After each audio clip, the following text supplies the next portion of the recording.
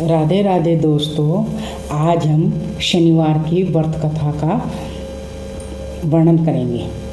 कथा में जो है सबसे पहले हम श्रीयंत्र को देखेंगे। श्रीयंत्र के दर्शन करने से ही कथा का और व्रत का पुण्य मिलता है और शनिदेव महाराज की कृपा होती है। पहले हम बताएं कि व्रत कैसे करना चाहिए। इस दिन की पूजा करनी चाहिए। काला तिल, लोहा, काला वस्त्र, काली उड़दी, तेल, जौ की शनि को अत्यंत प्रिय है। इन्हीं से पूजा करना श्रेयकर होता है। तांबे के पात्र में तेल पैसा रख कर दान करना चाहिए। इस दिन बहुओं को मायके नहीं भेजना चाहिए। इस व्रत को करने से समस्त बाधाएं दूर हो जाती हैं। अब हम पूरी कथा का वर्णन करेंगे कि कथा में क्या किस प्रकार है। एक बार सूर्य, चंद्रमा, मंगल, बुध, बृहस्पति, शुक्र, शनि, राहु और केतु इन ग्रहों में झगड़ा होने लगा कि हमसे बड़ा कौन है। सभी अपने आप को बड़ा समझते थे। उन लोगों का झगड़ा काफ़ी बढ़ गया। वह किसी फैसले पर ना पहुंच सके तो देवराज इंद्र के पास गए और उनसे निवेदन किया, हे देवराज, आप हमारा न्याय करा के बतावें कि हम 9 ग्रहों में से सबसे बड़ा कौन है। ग्रहों की बात सुनकर इंद्र घबरा गए और बोले, मुझ में इतनी सामर्थ्य नहीं है कि मैं किसी को छोटा बड़ा बता सकूं। मैं इस मामले में कुछ नहीं कह सकता। हाँ, एक उपाय मैं अवश्य बता सकता हूँ। इस समय मृत्यु लोक में विक्रमादित्य का राज्य है। वह दूसरों के दुखों को दूर करने वाले हैं, इसलिए तुम्हें उनके पास जाना चाहिए। देवराज इंद्र की बात सुनकर सभी ग्रह महाराज विक्रमादित्य के पास गए और सारा किस्सा सुनाया। ग्रहों की बात सुनकर महाराज विक्रमादित्य सोचने लगे कि किसको छोटा बताऊं। काफ़ी देर तक विचार करने के पश्चात उन्होंने एक उपाय सोचा। सोना, चांदी, कांसा, पीतल, रांगा, जस्ता, अब्रक, लोहा आदि 9 धातुओं के 9 आसन बनवाए और उनको क्रमानुसार बिठा दिया। सोने का सबसे आगे और लोहे का सबसे पीछे। इसके बाद राजा ने ग्रहों से कहा आप सब अपने अपने आसनों पर बैठ जाइए। जिसका आसन सबसे आगे है उसको सबसे बड़ा और जिसका आसन सबसे पीछे है उसको सबसे छोटा समझिए। क्योंकि लोहे का आसन सबसे पीछे था, इसलिए शनिदेव ने समझ लिया कि राजा ने मुझे सबसे छोटा बता दिया है। उन्होंने कहा, राजा, तू मेरे पराक्रम को नहीं जानता। सूर्य एक राशि पर 1 महीना, चंद्रमा 2.25 दिन, मंगल 1.5 महीना, बृहस्पति 13 महीने और बुध शुक्र 1 महीना तथा राहु और केतु उल्टे चलते हैं। केवल 18 महीने एक राशि पर रहते हैं, परंतु मैं एक राशि पर 30 महीने तक रह सकता हूँ। जब श्री रामचंद्र जी पर 7.5 आई तो उनको वनवास हो गया और रावण पर आई तो भगवान श्री रामचंद्र जी और लक्ष्मण जी ने सेना को लेकर लंका पर चढ़ाई कर दी और रावण के पूरे कुल का नाश कर दिया। इसलिए राजा, अब तू भी तनिक सावधान रहना। शनिदेव की बात सुनकर राजा विक्रमादित्य बोला, जो कुछ मेरे भाग्य में लिखा है सब देखा जाएगा। इसके पश्चात अन्य ग्रह तो बड़ी प्रसन्नता के साथ और शनिदेव क्रोध में भरकर विक्रमादित्य के दरबार में उठ अपने अपने स्थान को रवाना हो गए।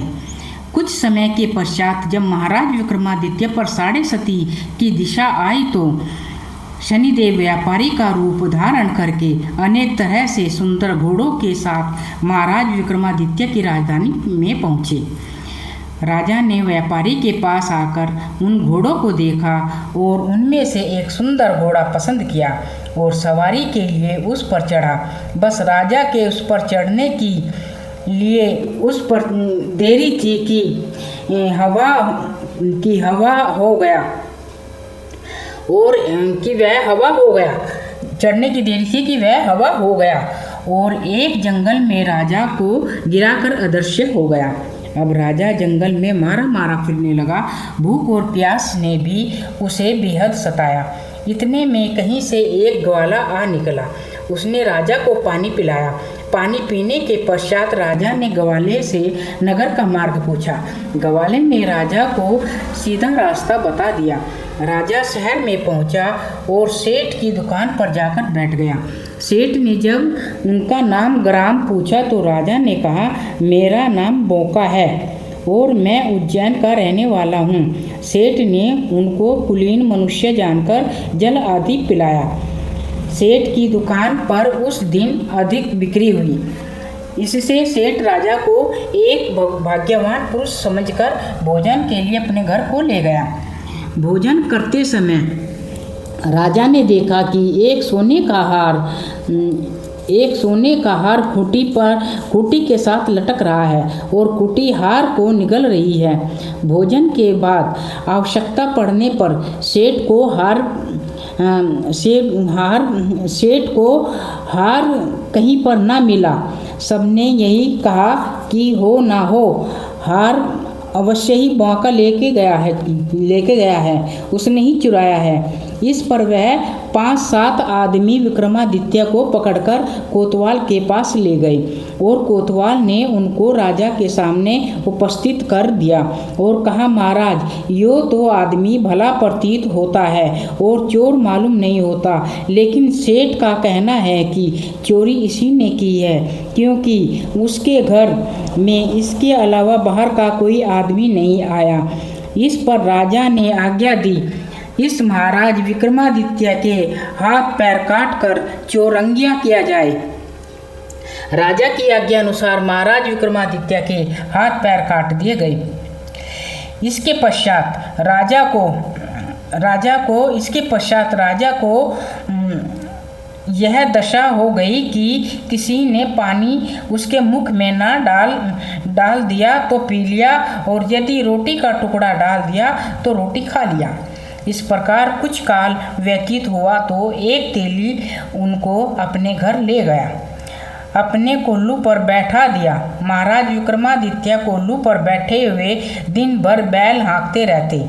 जब राजा की बुरी दशा समाप्त हो गई और एक रात की जब वह वर्षा के समय वह मल्हार गा रहे थे, तो उनका गाना सुनकर उस नगर के राजा की लड़की उन पर मोहित हो गई और अपनी दासी को इस बात का पता लगाने के लिए भेजा कि देखो इस समय कौन मल्हार गा रहा है। दासी ने महल में आकर राजकुमारी को सब कुछ वृत्तांत सुना दिया। राजकुमारी ने प्रण कर लिया, यदि विवाह करूंगी तो इस चौरंगिया के साथ ही करूंगी, और अगले दिन से राजकुमारी ने अनशन व्रत कर दिया। दासी ने रानी को सब हाल सुना दिया। रानी तुरंत ही राजकुमारी के पास पहुंची और उससे उसके दुख का कारण पूछा। राजकुमारी ने कहा, माताजी, मैंने प्रण कर लिया है, अमुक तेली के घर में चौरंगिया है, उसी के साथ विवाह करूंगी। रानी ने चिंतित हो यह बात राजा को बताई। राजा ने भी समझाया। उसने कहा, पुत्री, मैं अभी देशांतर में अपने दूत भेजकर गुणवान तथा रूपवान राजकुमार के साथ तेरा विवाह करूंगा। जो बात तुमने सोची है यह तुम जैसी तुम्हारी राजकुमारी को शोभा नहीं देती है। इस पर राजकुमारी ने कहा, पिताजी, यदि आप इस संबंध में अधिक कुछ कहेंगे तो मैं अपने प्राण त्याग दूंगी, परंतु दूसरा वर ना वरूंगी। राजा ने उसी समय तेली को बुलाकर कहा, तेरे घर में चौरंगिया है, मैं उसके साथ मैं अपनी लड़की का विवाह करना चाहता हूँ। तेली ने कहा, महाराज, यह कैसे हो सकता है? कहाँ आप हमारे राजा और कहाँ मैं नीच तेली। राजा ने कहा, भाई, भाग्य में लिखे को कौन टाल सकता है और कौन मिटा सकता है? तुम अपने घर जाकर विवाह की तैयारी करो। अब तेली अपने घर जाकर विवाह की तैयारी करने लगा। फिर राजा ने राजकुमारी का विवाह चौरंगिया विक्रमादित्य के साथ कर दिया। रात्रि के समय जब महाराज विक्रमादित्य और मनभावती महल में सोए थे तो आधी रात के समय शनिदेव ने राजा विक्रमादित्य को स्वप्न में दर्शन देकर कहा, कहो राजा, तुमने मुझको छोटा बताकर कितने दुख उठाए हैं। तब महाराज विक्रमादित्य ने शनिदेव से अनेक प्रकार से क्षमा याचना की। इस पर शनिदेव ने प्रसन्न होकर महाराज विक्रमादित्य को हाथ पैर दोबारा दिए। विक्रमादित्य ने शनिदेव से कहा, महाराज, मेरे एक प्रार्थना स्वीकार करें कि जैसा दुख आपने मुझे दिया है वैसा और किसी को ना दीजिएगा। शनिदेव ने कहा, राजन, तुम्हारी यह प्रार्थना स्वीकार करते हैं। जो मनुष्य मेरी इस कथा को सुनेगा और चींटियों को आटा डालेगा उसके मनोरथ पूर्ण होंगे। इतना कहकर शनिदेव अंतर्ध्यान हो गए। प्रातःकाल जब राजकुमारी मनभावनी की आँख खुली और उसने महाराज विक्रमादित्य के हाथ पैर देखे तो आश्चर्यचकित रह गई। उसको चकित देखकर राजा ने अपना समस्त वृत्तांत कहा और यह भी बतलाया कि मैं विक्रमादित्य हूँ। नगर भर में प्रसन्नता की लहर दौड़ गई। जब सेठ ने यह खबर सुनी तो दौड़ा हुआ आया और विक्रमादित्य के चरणों में गिर पड़ा। क्षमा मांगने लगा कि आप पर मैंने चोरी का झूठा दोष लगाया, अतः आप अब जो आपका जी चाहे मुझे दंड दीजिए। राजा विक्रमादित्य ने कहा, सेठ, मुझ पर शनिदेव का कोप है, इसमें आपका कोई कसूर नहीं है। सेठ ने कहा, परंतु मुझको तभी शांति होगी जब आप मेरे घर चलकर प्रीतिपूर्वक भोजन करेंगे। सेठ महाराज विक्रमादित्य को अपने घर ले गया और बहुत बढ़िया तथा स्वादिष्ट भोजन सामने रख दिया। जब महाराज विक्रमादित्य भोजन कर रहे थे तो उन्होंने एक आश्चर्य की बात सबको दिखाई। जो खूंटी पहले हार निगल गई थी अब उगल रही है। महाराज विक्रमादित्य ने कहा, जब मुझ पर शनि की दशा थी तब वह खूंटी ने हार निगल लिया था। अब शनिदेव की दशा समाप्त हो गई है तो यह खूंटी हार उगल रही है। जब भोजन समाप्त हो गया तो सेठ ने हाथ